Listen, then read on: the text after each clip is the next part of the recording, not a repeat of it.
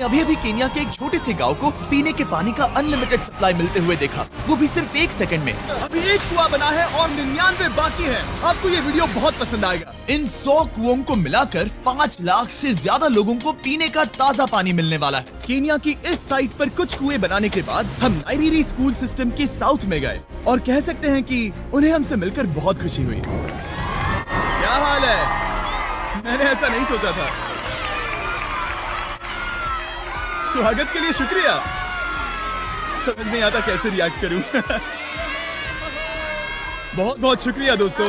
हमारे आने पर इस गांव ने हमारा जोरों से स्वागत किया और नोलन इसमें थोड़ा खो गया। नोलन जैसा अजीब इंसान मैंने कभी नहीं देखा और ये मेरी गलती नहीं है। और फिर वहाँ का स्कूल देखने के बाद ये रहे हमारे मेहमान। क्या हाल है? दिन अच्छा बीत रहा है ना? सबसे मिलकर अच्छा लगा। एक टीचर ने मुझे दिखाया कि स्टूडेंट्स कहाँ से पानी पीते हैं, जो कि एक बहुत ही अनसेफ नदी से आ रहा था। तो आपके स्टूडेंट्स यहीं से पानी पीते हैं? हाँ ये बुरी बात है। हाँ, स्टूडेंट्स हमेशा डायरिया जैसी बीमारी, टाइफाइड जैसी बीमारी की कंप्लेंट्स करते हैं क्योंकि वो ऐसा पानी पीते हैं। तो हाँ। हम कोशिश करते हैं, पर देख रहे हो ना, अब क्या कहा जाए। पर क्या करे, जिंदगी तो जीनी ही है और पानी तो सबको चाहिए होता है। जाहिर है कि इनकी हालत सच में बहुत खराब है। असुरक्षित पानी पीने से इन बच्चों की जिंदगी बहुत कम होती जा रही है, पर कम से कम इस गांव की मदद करने की हम पूरी कोशिश करने वाले हैं। क्या पता ये मुझे फिट आएगा या नहीं। मेरा सिर बड़ा है। देखते हैं पानी मिलता है या नहीं। ओह,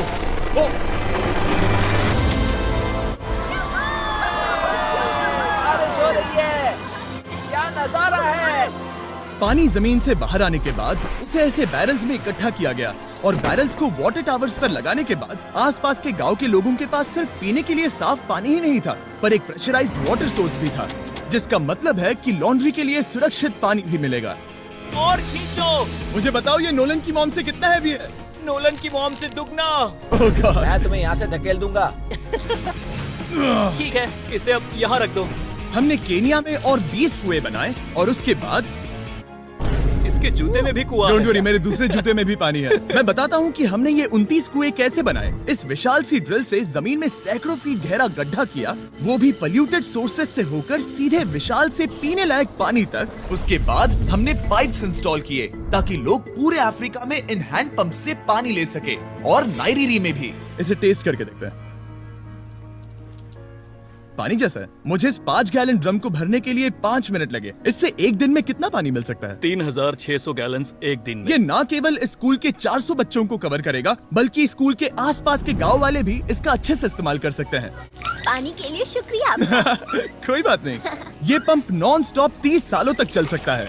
आपको लग रहा होगा कि इस तरह का बड़ा काम करने के लिए एक बड़े गवर्नमेंट की जरूरत पड़ेगी, पर ये सच नहीं है। ये प्रॉब्लम सुलझाना बिल्कुल मुमकिन है और ऐसी चीजें करने के लिए इंसानियत को आगे आना ही चाहिए। आपकी कामयाबी का राज क्या है? सच कहूँ तो ऐसा कुछ खोजो जो तुम्हें करना पसंद है, उसे लंबे समय तक करो और तुम्हें कामयाबी जरूर मिलेगी। मैं इससे बहुत करीब लाने वाला हूँ, देख रहे हो? मजेदार है ना? जरा ऊपर देखो, वो रिकॉर्ड कर रहा है। ठीक है, मैं इसे करीब लाने वाला हूँ। ठीक है। पहली बेटी हुई तो बोला एक और, दूसरी बेटी हुई तो बोला एक और, ऐसे करके 5 साल में 5 बेटियां कर दी। फिर हार्ट अटैक से मर गया और रिकॉर्ड कर रहा है। ठीक है, मैं इसे करीब लाने वाला हूँ। ठीक है। हाँ, तुम खुद को देख सकते हो। हम इस गांव के लिए भी कुआं बना पाए, इस गांव के लिए भी और इन दूसरे 12 गांवों के लिए भी। और जब हम ये पंप्स लगा रहे थे, तब हमने यहाँ के एक स्कूल को नए कंप्यूटर से अपग्रेड भी कर दिया। बच्चों को ये कैसा लगा? उन्हें शुक्रिया, सच उन्हें में ये बहुत पसंद पसंद आया। खुशी है कि सब ठीक से हो गया। हमने क्लासरूम्स में नया फर्नीचर भी लगाया, उसके साथ कुछ शेल्व्स नई बुक्स के साथ, और सभी स्टूडेंट्स को एक फुटबॉल भी दिया। Thank you mister beast, thank you. यहाँ तक कि सभी क्लासरूम्स में नए व्हाइट बोर्ड्स और प्रोजेक्टर्स भी लगाए। आप सबको ये प्रोजेक्टर पसंद आया? हम चौक का इस्तेमाल कर रहे थे जिससे बहुत डस्ट होता था, लेकिन आज सब कुछ साफ है। हमें इस बात की खुशी है। कोई बात नहीं, इतना तो कर ही सकते हैं। पर जब हम 45वें कुएं की साइट पर गए, तब एहसास हुआ कि वहाँ का हाल और भी बुरा है। जब भी उन्हें पानी की जरूरत पड़ती थी, तब उन्हें जंगल से 1 मील खतरनाक रास्ता तय करके जाना पड़ता था, जो एक विशाल सी पहाड़ी से जाता है। मैं जल्दी उठता हूँ, लगभग सुबह 4 बजे, ताकि मैं स्कूल के लिए पानी ला सकूँ। यहाँ से पानी निकालना सेफ नहीं है। ये जगह बहुत स्लिपरी है, जिससे किसी को चोट लग सकती है। हमने उनके कुएं पर काम करना शुरू किया, तब उन्होंने मुझे दिखाया कि वो पानी कहाँ से निकालते थे। आपको दिन में ऐसे कितने चक्कर लगाने पड़ते हैं? 2 बार। दिन में 2 बार? ओह वाह, तो एक आम स्टूडेंट ऐसा ही कुछ ले जाता है? ओह गॉड, अगर 200 स्टूडेंट्स ऐसा रोज करते हैं तो ये कितना मुश्किल होगा? बहुत मुश्किल हो सकता है। ओह गॉड, ये ढलान तो बहुत बड़ी है। अरे यार, ये ढलान तो रुकने का नाम ही नहीं ले रही। हर रोज मैं सच में दंग रह गया कि ये चढ़ाई कितनी मुश्किल थी। ये सब इतना कुछ करते हैं ताकि वो यहाँ तक पहुँच सके, जहाँ इन्हें साफ पीने का पानी मिल सके। आमतौर पर आप पानी यहीं से लेते हो? हाँ। और पानी भरने के बाद ये जग्स लगभग 18 किलो तक हो जाते हैं, जो इन बच्चों के लिए पहाड़ियों से ले जाने के लिए बहुत मुश्किल है। लेडीज आराम से ये 2 उठा सकती ओह, हैं। तो मैं अभी जरूर ले जा पाऊंगा।